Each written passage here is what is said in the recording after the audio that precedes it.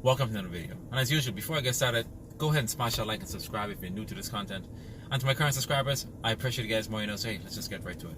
So Binance will be relaunching their centralized exchange in Japan in August of this year, 2023.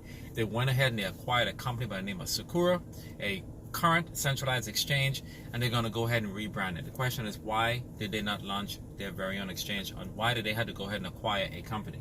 The reason why is that the Japanese government, the rules and regulations they have in place, Binance was failing the compliance test to go ahead and acquire a license in Japan.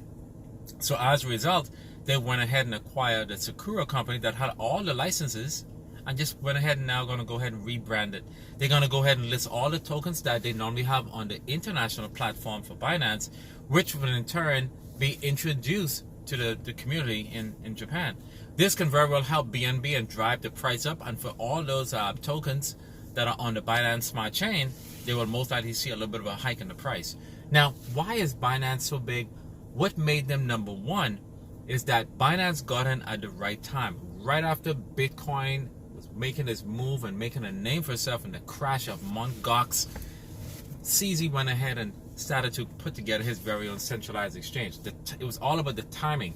And CZ, what he did to actually make it grow very quickly, he never really had one physical location, so you can lock him in to actually say that, well, your jurisdiction is, let's say, in France or in Dubai.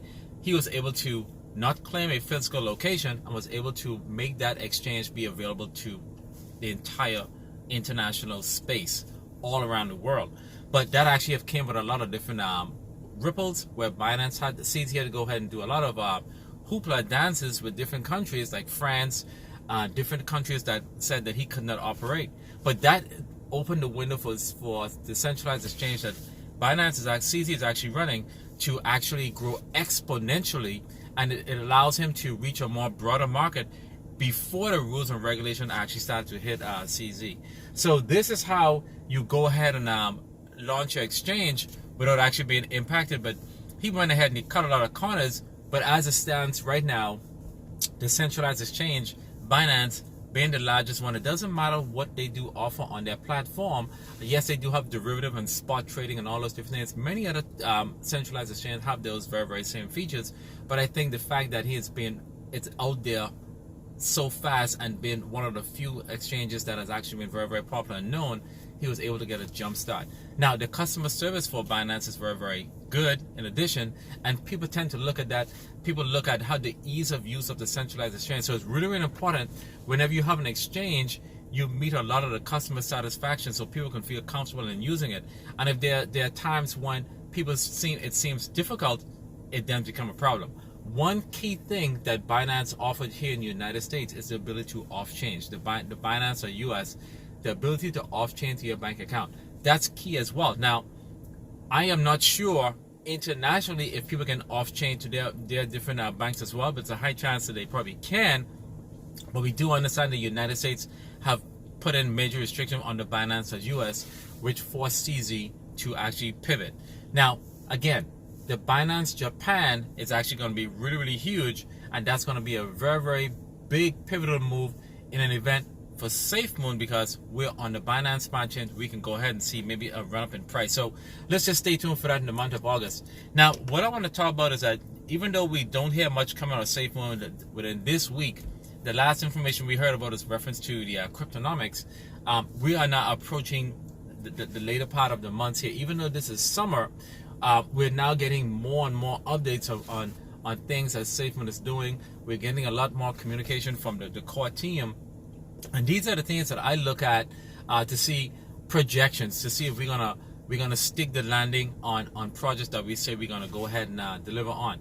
I'm pretty confident that we're gonna go ahead and deliver, unless there's something miraculous happen, something catastrophic that will go ahead and delay, but I don't foresee anything happening right now. I think the fact that they're going to be launching the centralized exchange in the international market is actually a good chance, so they will get to feel and be able to learn from that market before they bring it to the United States. All I ask is that we have a list of tokens that are available. Try to load it up with as much crypto tokens as possible.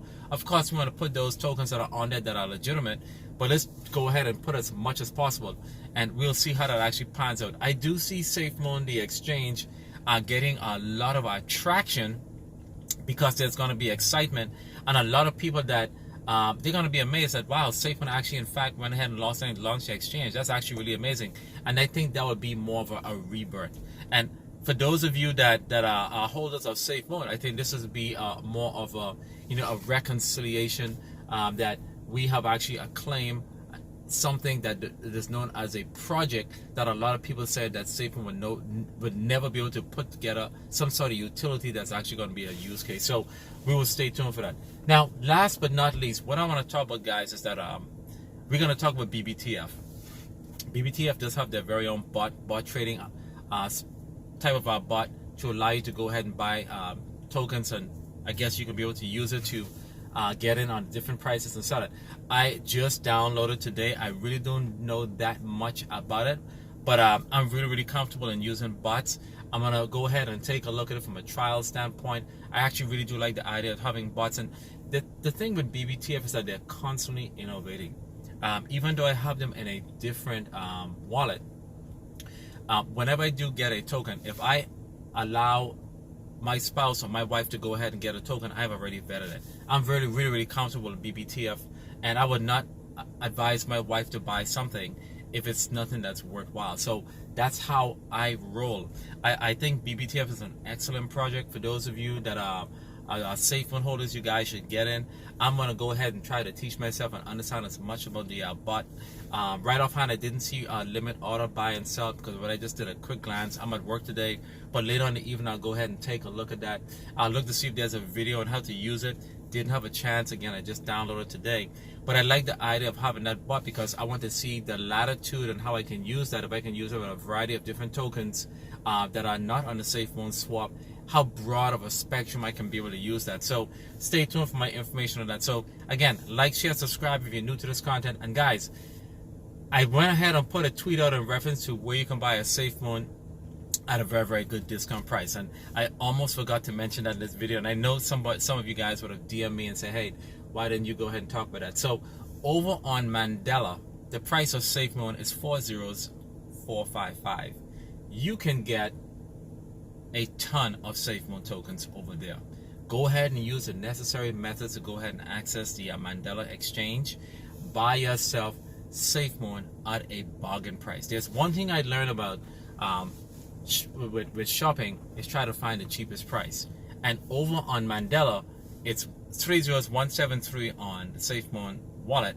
On many other exchanges I saw as low as 30169, but over on Mandela it's 40455. Get as much as you can get of that token. Now you can get millions. If you were to go ahead and put them, let's say $300, you probably can get about 6 million tokens of Safemoon.